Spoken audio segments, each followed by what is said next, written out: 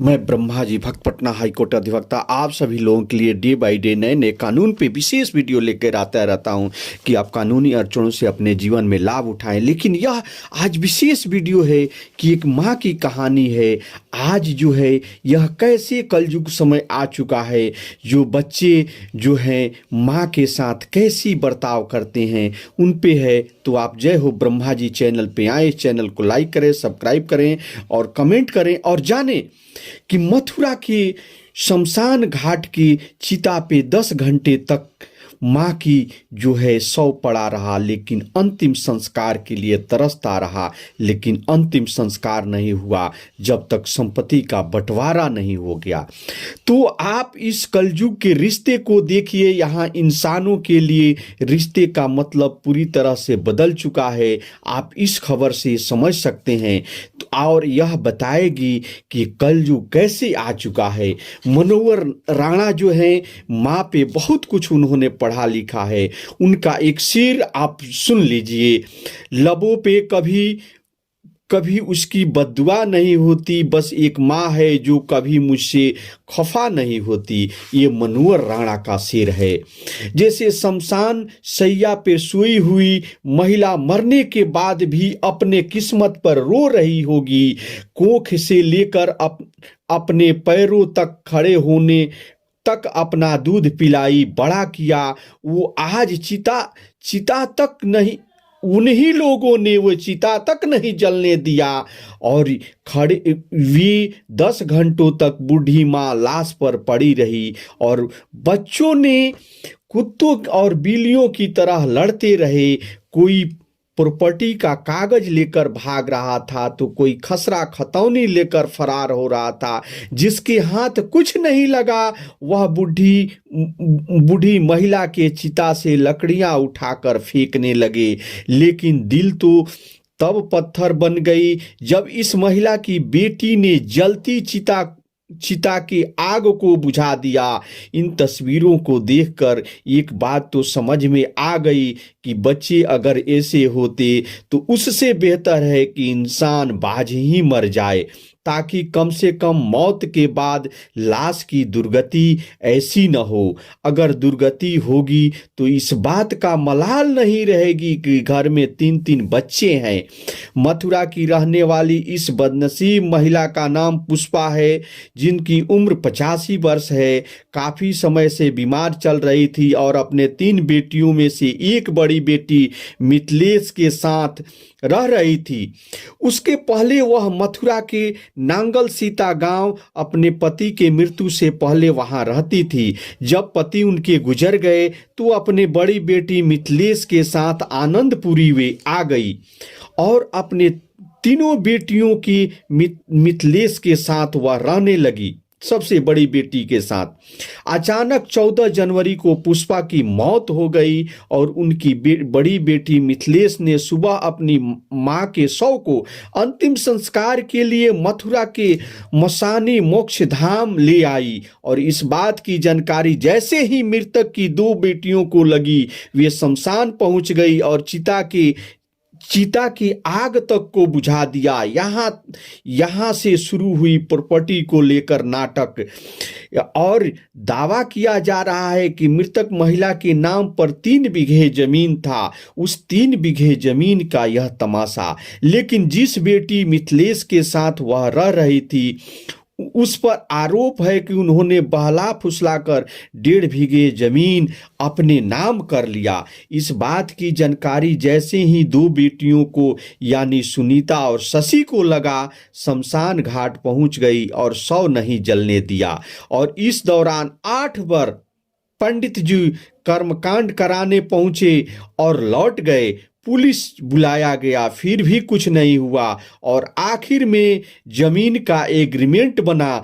तब जाकर 10 घंटे बाद वृद्धा को मुखाग्नि पड़ी। लेकिन इस घटना के बाद एक बात तो साफ हो गया कि पूत कपूत का धन संचय, तो पूत सपूत का धन संचय। बाकी इस दुनिया का हिसाब यहीं पूरा करके जाना पड़ता है और पाप का फल कभी कलक पटे पर नहीं जाता। इन महिलाओं के बीच भी कई बच्चे हैं हिंदू धर्म के जीवन को क्षण भंगुर बताया गया है, जबकि मृत्यु को सत्य शाश्वत बताया गया है, जिसे जितनी जल्दी हो सके मृत्यु को स्वीकार करें और उतनी जल्दी शांत संचित रहकर जीवन जिए। लेकिन इंसान जो है मृत्यु के बजाय जीवन को ही शाश्वत और सत्य मानकर जीता है और जीवन भर अपनी संपत्ति और दौलत का हिसाब करते रहता है।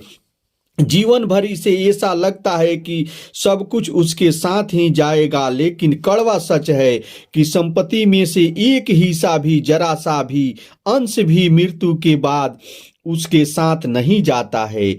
जिस पल इंसान की मृत्यु हो जाती है उसी पल उसकी संपत्ति परिवार वालों की हो जाती है और उस संपत्ति के लिए परिवार वाले लड़ते झगड़ते रहते हैं और उसकी मृत्यु हो जाती है तो वे भी इस संपत्ति को यहीं छोड़कर चले जाते हैं। यानी जिस धन दौलत और संपत्ति के लिए इंसान जीवित रहते हुए भी इतनी लड़ाइयां लड़ी, उसका मृत्यु के बाद कोई मोल नहीं रहता। लेकिन फिर भी इस बात को समझ नहीं पाते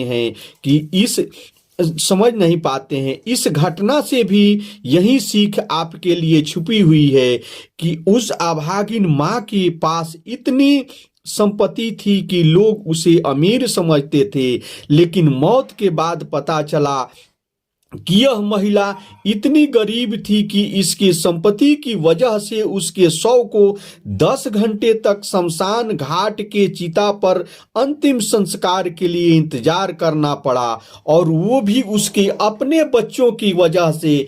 इससे दुखद कोई काम और कोई भी बात क्या हो सकती है? यह सुनकर ऐसा लगता है इससे अच्छा तो त्रेता युग था, जब राक्षस भी अपने परिवार के लिए प्राण न्यौछावर कर देते थे। अब यह कलयुग है जहां इंसान संपत्ति के लिए अपनों का अंतिम संस्कार तक नहीं करते और माता पिता के मरते ही उनकी संपत्ति को लेकर झगड़ा शुरू हो जाता और फिर अदालतों में जाते हैं और इस संपत्ति के लिए एक दूसरे के दुश्मन बन जाते हैं।